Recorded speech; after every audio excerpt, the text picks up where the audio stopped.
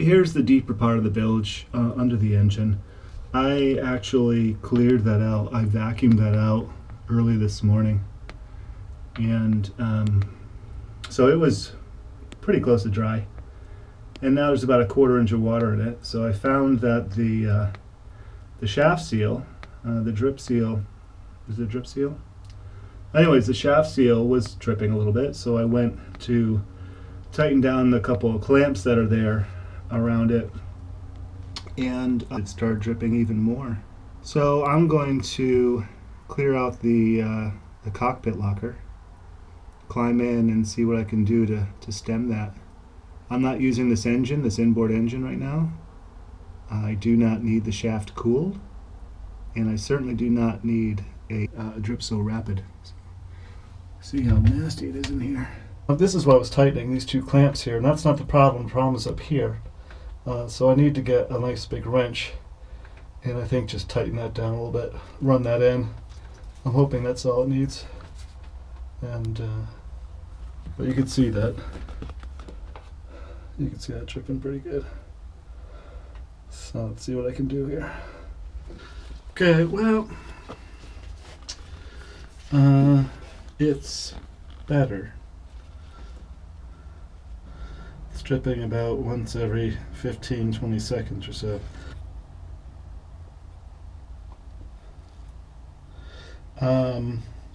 Certainly not going to fill up the bilge quickly that way, which is good. Okay, it's the next day.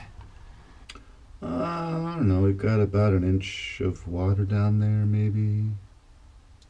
It's not too bad. It remains dripping about once. There's one drop every 10 to 15 seconds, I think. What I'm going to do is I'm going to go ahead and try to get some of that gunk out of the back of this bilge area. See, I don't have a lot of room to get down in there. But I'll get some of that nasty stuff out of the back there, try to vacuum this up a little bit, clear it out, and so when I'm back in 2 weeks I can have an idea of what we're talking about. Just in terms of volume. I'm not too terribly concerned about it right now, but and I may try to mess with it a little bit, but I don't want to mess with that seal too much and then make it worse. I certainly don't want to have an emergency on my hands on a Sunday morning. The Sunday before Thanksgiving holiday. So, anyways, let's go ahead and vacuum that up, and we'll get some other things to take care of. So, that's a lot better. And I got most of the junk back there gone now too. Still a horrible bilge, but little by little. And so now we can gauge in a couple weeks how much water drips back there. I don't know if it's a great idea or not, but I bought some cheap cat litter so that I can absorb some of this oily water here.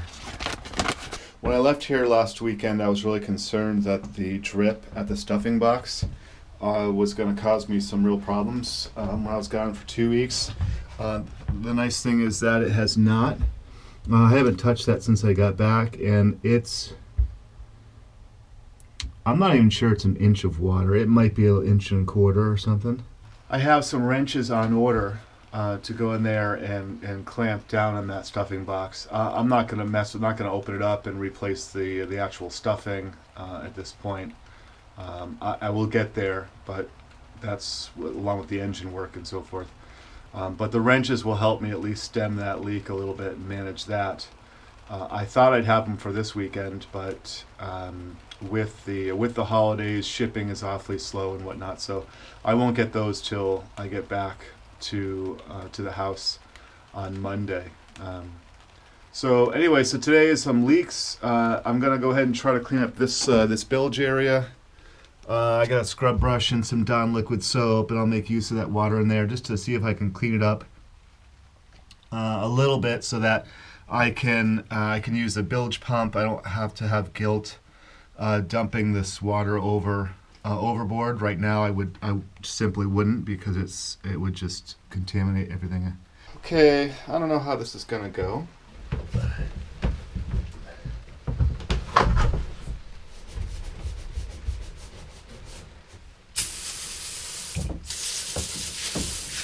Well, I'm going to vacuum that sludge out of there, but I need a bigger place to put it, to tote it to the toilet room. Here's my bucket. Last time I was here, unfortunately, that metal handle broke, so I'm going to have to fashion a new handle for it. Better that than to buy yet another piece of plastic that will go into the landfill. Done. Another rinse. It's not perfect, but it's a lot better. This is what we got now.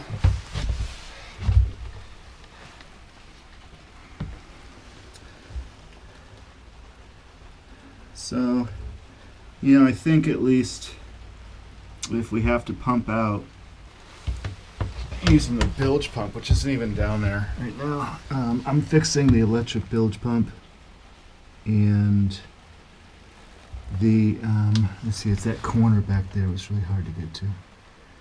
See, maybe in chunks back there. That stuffing box is tripping pretty good. But I'll have wrenches for it next week. But this way we can pump it out without having so much concern about contaminating the local waters. Hey, now while I've already ordered wrenches for the stuffing box at the prop shaft, it's only based on information out there for these boats. I don't know if that's an exact fit, so I'm going to go down now and actually measure those, so that when I come back next weekend I can manage that leak properly, manage the stuffing box properly, more important.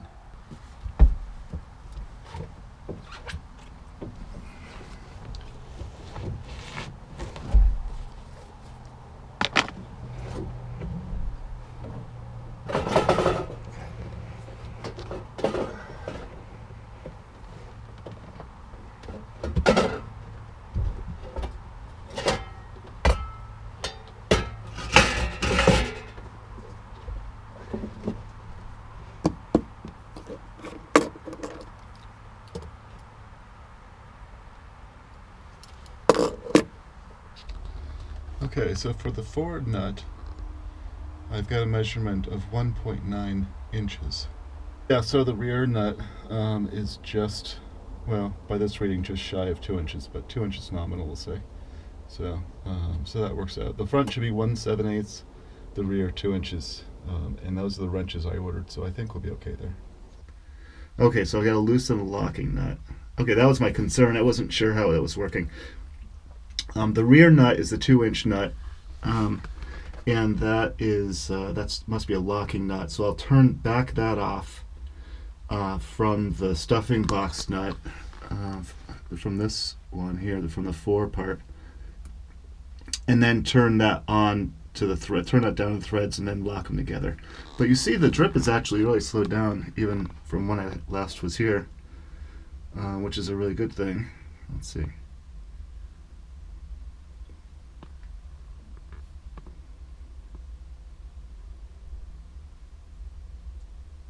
Yeah, so I'd say once every 15-20 seconds at this point, which is very favorable. Okay, let me get out of this. Hole. And so what I did is this locking nut right here, this thin locking nut, you have to loosen up away from the stuffing nut. I think that's what it's called. Anyways, in order to stop this leak, I had to turn this more onto these threads right here.